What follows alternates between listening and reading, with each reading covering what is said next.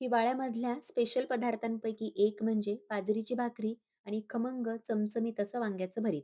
प्रत्येकाची पद्धत वेगळी असते, त्यानुसार चवीमध्ये फरक पडतो.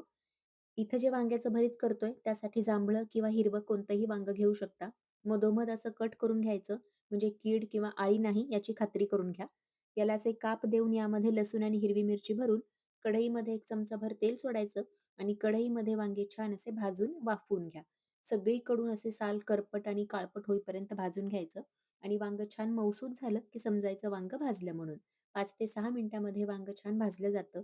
थंड झालं, की याची जी करपटलेली साल असते ती काढून टाकायची आणि यामध्ये मुठभर असे भाजलेले शेंगदाणे, भरपूर अशी कांद्याची पात नसेल तर कच्चा कांदा बारीक चिरून घेऊ शकता. पण पातीमुळे चव खूप भारी लागते, त्यामुळे असेल तर आवर्जून घ्या. भरपूर बारीक चिरलेली कोथिंबीर आणि वांग्यासोबत भाजून घेतलेले लसूण आणि हिरवी मिरची. यामध्ये लाल तिखट किंवा घरगुती मसालाही घेऊ शकता. मीठ आणि तेल घालायचं आणि हे भरीत छान असं कांडून घ्या. ज्वारीच्या किंवा बाजरीच्या भाकरीसोबत सोबतीला शेंगदाण्याची चटणी, थोडंसं लोणचं, कांद्याची पात आणि वाटीभर ताक. नक्की ट्राय करा.